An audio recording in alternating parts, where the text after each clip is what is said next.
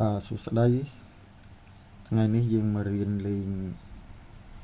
បទខ្សែស្រស់ប្រាំប្រៃជាចង្វាក់រំពងដែលយើងចុចនៅលើ key ទូរស័ព្ទតែម្ដង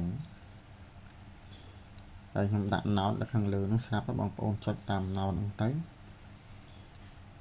យើងអាចចេញជាបទហើយបងប្អូនតាមមើលមួយ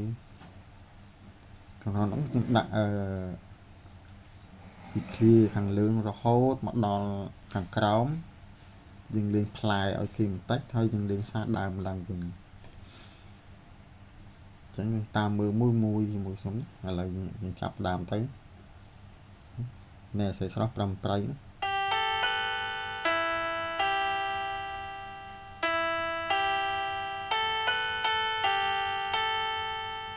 ពីរដង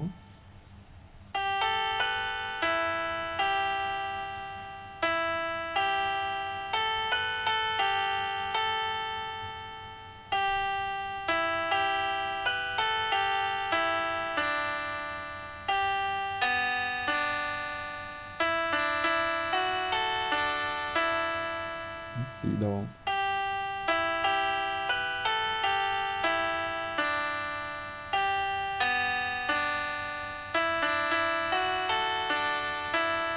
តោះមកយើងលេងផ្លែ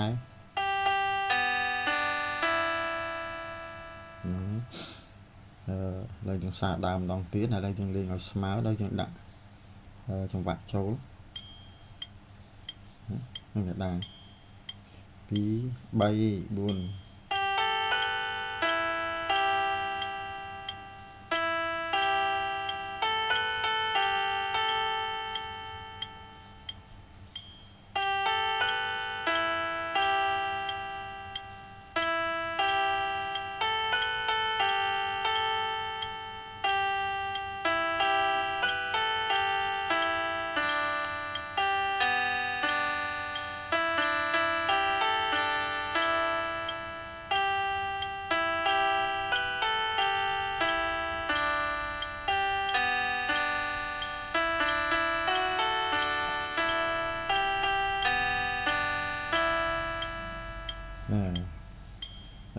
ប៉ុណ្ណឹង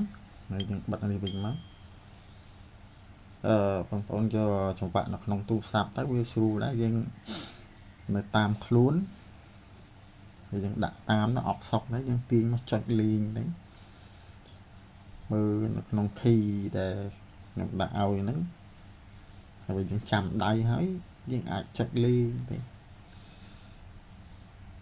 បាទវីដេអូហ្នឹងមានតែប៉ុណ្ណឹងណាបាត់ណែខ្សែស្រស់ប្រាំប្រៃអរគុណជំរាបលាខាងក្រោយនេះហើយខ្ញុំមាន channel ធំពីរណា channel មួយ Red Music និង T Red Music